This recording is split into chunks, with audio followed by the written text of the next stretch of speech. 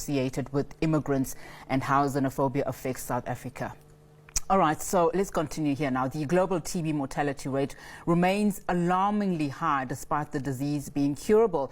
That's a view of the head of TB and HIV treatment research at the Center for the AIDS Program of Research in Durban, CAPRISA.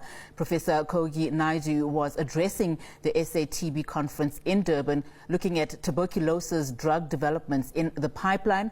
She says while there are ongoing advances in new TB regimes, the rates of toxicity for TB drugs remains concerning. We know that in South Africa in 2021, there were approximately 61,000 TB deaths.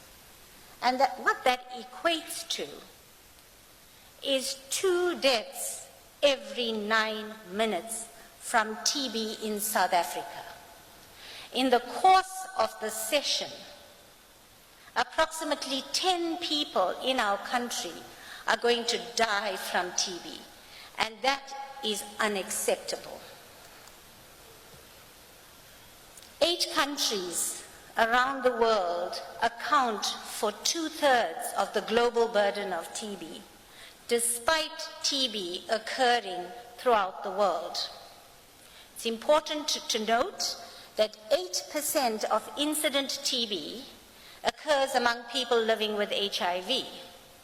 We all know when we're in frontline clinical service that our co-infection rates exceed 50% for the entire sub-Saharan African region, but more especially in South Africa, where co-infection rates are close to 60%.